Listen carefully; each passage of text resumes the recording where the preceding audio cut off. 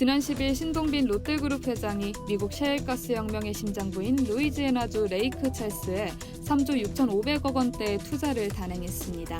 롯데가 깃발을 꽂은 날 황각효 부회장은 파키스탄을 방문해 현지 석유화학 회사와 제과음료 회사를 시찰했습니다.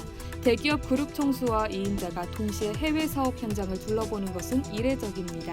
새롭게 그룹의 신시장으로 떠오르는 미국과 신남방 정책의 주요 거점으로 떠오르는 파키스탄 방문으로 재계에서는 롯데의 해외 사업 밑그림이 어느 정도 공개됐다는 평가가 나옵니다.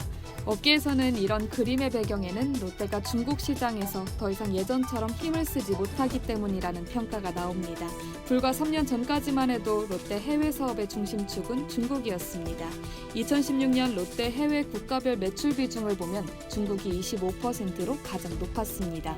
그러나 2017년 13%, 지난해 7%대까지 떨어졌습니다.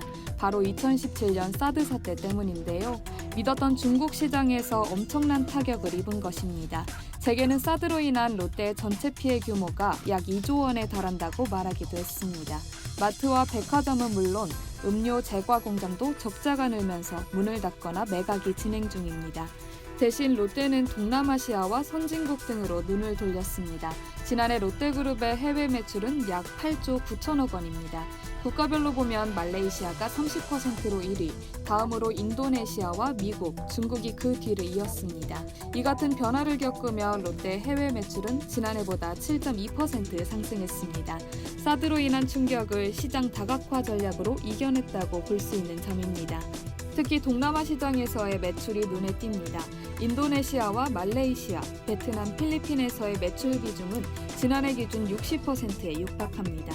롯데 케미칼 타이탄의 거점인 말레이시아는 2017년과 2018년 두 해 연속으로 해외 매출 1위 국가에 올랐고 2위인 인도네시아의 경우 현지 화학 공장이 완공되면 매출이 더 늘어날 것이라는 전망이 나옵니다. 재계일각에서는 이번 미국 롯데케미칼 공장 준공을 계기로 미국과 동남아 시장 투자가 더욱 속도를 낼 것이라는 전망이 나옵니다. 당장 화학으로 닦아놓은 미국 시장에 롯데의 주력인 유통이 진출할 가능성도 생각해 볼 수 있습니다.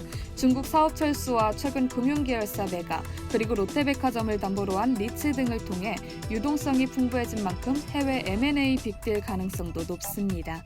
한편 중국은 최근 2년 만에 선양 롯데타운의 건축 재개를 허가했습니다. 신 회장도 다른 곳도 아닌 미국 한복판에서 인터뷰를 통해 중국 시장은 중요한 만큼 포기할 수 없다고 밝혔습니다. 하지만 다분히 중국을 의식한 원론적인 언급이라는 얘기가 많습니다. 아직 투자 자산이 남아있고 기존 사업을 최소한 유지한다는 것이지 신규로 투자를 확대하는 의미로 보기 어렵다는 평입니다.